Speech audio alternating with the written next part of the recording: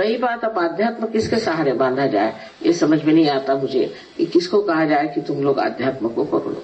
इस तरह से जाति पाति हटाना या इस तरह के गलत धारणाएं जो थी उसको हटाना, वो तो दूर रहा, उसमें और घुसे चले जाना। और आजकल इतना ज्यादा इसका प्रकोप हो गया है कि कोई समझ भी नहीं सकता है कि जाति पाति सब व्यर्थ की चीज है और इससे सिर्फ अनर्थ होने वाला है और ये झूठी बात है। इस तरह से हमारे महाराष्ट्र में जो अनेक सी चीजें चल पड़ी हैं उसकी तरफ हमें ध्यान देना चाहिए। हालांकि यहाँ के लोग सीधे हैं, कहना चाहिए कि भोले भी हैं और पैसे का इनको जो है विचार वो बहुत ही छोटे तरीके का है, बड़े तरीके का नहीं। पर इनकी नितांत श्रद्धा गणेश जी पर है। ये बहुत बड़ी बात है कि ये मनुष्य की जो चारित्रिक बात है या जिसे कहे मोरालिटी है उसकी ओर संभाले। और ये बहुत बड़े हमारे लिए एक संपदा है कि इनको मॉरल सेंस बहुत है और जिनमें मॉरल सेंस होता है वही कार्य हो सकता है। और मेरे विचार से जहाँ मॉरल सेंस नहीं है वहाँ कार्य धीरे होता है। पर अब मेरी कुछ ऐसी अनुभूति है कि मॉरल सेंस हो चाहे नहीं हो, जब तक मनुष्य में गहनता नहीं होगी तब तक वो सहयोग में आगे नहीं बढ़ सकता। तो यहाँ लोग पार तो बहुत हो जाते हैं, हर एक गांव में देहात में हम जाते हैं, हजारों लोग पार हो जाते हैं, पर जमते नहीं। और जमना इसीलिए नहीं होता है कि उन्होंने अपनी गहनता को छुआ है। तो आज की जो भी है हम लोग पूजा जो कर रहे हैं, इसमें हमें ये सोचना चाहिए कि महाराष्ट्र की ये जो त्रुटियां हैं उसको ध्यान में रखते हुए और कार्य हमें करना है सहज। इसमें ये समझ लेना चाहिए कि हर जगह त्रुटियां हैं, कोई आदमी आज तक परिपूर्ण नहीं, हर एक में त्रुटियां हैं। और कहीं तो इसलिए भी त्रुटियां आई कि बाहर के लोगों का उन पे राज्य रहा, जो भी हो। पर त्रुटियों को देखते हुए अगर आप समझ करके काम करें तो यहाँ सहयोग बहुत जोरों में फैल सकता है, क्योंकि कुछ भी हो यहाँ पर संतों ने बहुत कार्य किया और इन संतों के कार्य पे ही हम लोगों का कार्य आज खड़ा हो सकता है। तो इस मुंबई के आशीर्वाद में आज आप बैठे हुए हैं और इस आशीर्वाद में और भी तीन शक्तियां हैं, उनका भी आशीर्वाद आपको आज मिल रहा है। और उस आशीर्वाद के सहारे सहयोग यहाँ पर बहुत जल्दी बनना चाहिए। पर जो देखा जाता है कि जो लोग है भी सहयोग में वो पूरी तरह से सहयोग में सहयोग नहीं देते और एक तरह से अपनी जान बचाते रहते हैं। अगर आप अपनी जान बचाएंगे तो भगवान भी अपनी जान बचाएगा। जितना आप सहयोग के लिए कार्यान्वित रहेंगे उतना ही आपको आशीर्वाद मिलता है। क्योंकि आपसे मैंने पहले भी बताया है कि अब कृतयुग शुरू हो गया। पहले जो था उसमें हम शायद कह सकते कलयुग था।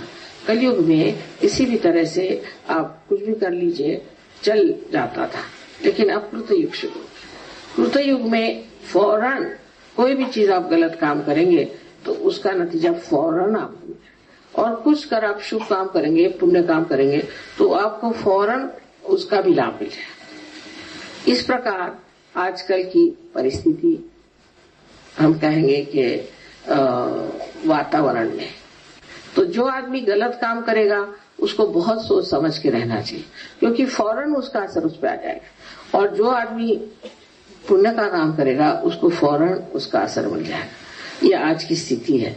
तब हम लोगों को सोचना चाहिए कि हम तो बंबई में रह रहे हैं तो बहुत कुछ कार्य कर सकते हैं, और इसीलिए मैंने बंबई में बहुत मेहनत करी और उस मेहनत के फलस्वरूप आज आप यहाँ पर इतने लोग आए हैं। लेकिन आप लोगों को सबको यही सोच लेना चाहिए कि अब हमें सहयोग के लिए क्या करना है। रोज रात को आप लोग बैठ के सोचें कि हमने क्या किया सहयोग के लिए। हम तो सब अपने लिए कर रहे हैं, सहयोग के लिए हमने क्या कार्य। तो जो जान बचाएंगे उनके लिए फिर वो आके हमें कहेंगे माँ देखो हमें रोग हो गया, हमें तकलीफ हो गई, हमें परेशानी हुई। हो नहीं, क्योंकि अगर आप अपनी जान बचाइएगा तो उधर ध्यान परमात्मा का नहीं रहेगा। इसलिए इस परम चैतन्य का ध्यान आपकी ओर रहे। आप हर समय ये सोचे कि हमने आज कौन सा पुण्य कर्म किया, आज हमने सहयोग के लिए क्या किया, पूरे मन से हमने सहयोग के लिए कौन सी बात करी। और ये सब करने से ही आपको पूरी तरह का आशीर्वाद मिल सकता है और आप पूरी तरह से सहयोग में जान सकते हैं कि आप आशीर्वादित लोग और आप परमात्मा के साम्राज्य में बैठे। और जैसे किसी साम्राज्य में आप गलत काम करने पर आपको कोई न कोई शिक्षा मिलती है, कोई न कोई आपको दंडित किया जाता है।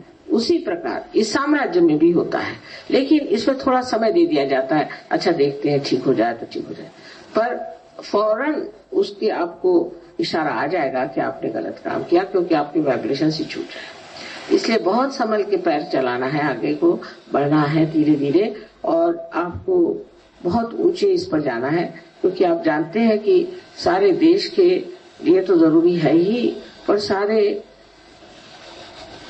दुनिया के लिए जरूरी है कि हमारे महाराष्ट्र में सहयोग बहुत पनप जाए और इसकी संपदा हम सारी दुनिया को दे दें। और इसलिए बार बार कहना है कि आज सब लोग अपने मन में प्रतिज्ञा करें, क्योंकि नया साल आया हुआ है, कि आज से हम सहयोग में अपने को पूरी तरह से ढाल देंगे, उसके लिए पूरी धारणा करेंगे और अपने को उन्नत करेंगे और उसको हम संभालें। ये सभी के लिए है, इतना ही नहीं कि सिर्फ महाराष्ट्र के लिए, बट सारे दुनिया के लोगों के लिए मैं बात कह रही हूँ। I'm sorry I had to talk in Hindi because most of them are Hindi knowing people. I have just told them what is the importance of Bombay and why so many incarnations came here and why Sri Rama had to walk in the villages and hills and dales of Maharashtra. What was the need? And the need is that they should all develop their Sajog. Also, this will be the last puja for all of you in India. I hope you all have gained a lot in these different pujas and different places we have been to. Only thing is that one has to remember that the Kruta Yuga has started. Now Kali Yuga is over, Kruta Yuga has started. And in this Yuga, that the Parama Chaitanya is absolutely effective and very efficient. Now, if you do anything wrong, it will punish you. It may not punish immediately, but it will give you a suggestion. It will give you a proper signal that something is going wrong with you. But if you do not try to control your footsteps, then you may go down very fast. So you have to be very careful about that. Actually, I have told you so many times that there are two forces working, one which attracts you inside and one which throws you out. So, it is important for all of us to remember that this Kruta Yuga is there. And in that this Parama Chaitanya is overactive. Also, you are rewarded. You have been telling me so many stories, how Sahaj it worked out, how Sahaj it has happened. All of you have been telling me very nice story. But it is part of your play in Sahaj Yoga, and that's your place in the kingdom of God. So in the kingdom of God, you are there. Try to enjoy it. That's the only thing you have to do, is to enjoy the kingdom of God. But if you try to sort of dislocate yourself from this joy, break the connection of joy by some sort of thinking which is not reality, then you are responsible for yourself. So I have to tell you that keep the connection on, not only that, but try to make it stronger and stronger and become one with that divine force permanently, which will flow through you and will not only enlighten you, but will give you so many powers, and you will see the new life in this new year. Yesterday, as I requested you, we have to work it out now. Individually, we have to go all out to see that we spread Sahaja and talk about it. On this day, I give you complete freedom to do what you like to spread Sahaja. You need not ask me any permissions, and you can try everything that you want to, but should be something decent, should not be something indecent and something which is not behaving Sahaja. Even if you have to write letters or answers or anything, even if you have to show the anger, it should be done in a very decent and beautiful manner. And it should show that it's a yogi who is talking. The other things, whatever problems you have, will be solved in no time.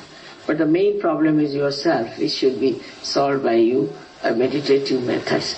And so much attention we are paying to all our extra curricular activities. But that will definitely fail.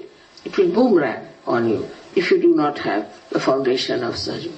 It's very important to keep attention on your spirit all the time, so that whatever you are doing, whatever you are projecting has the base and you just don't get lost.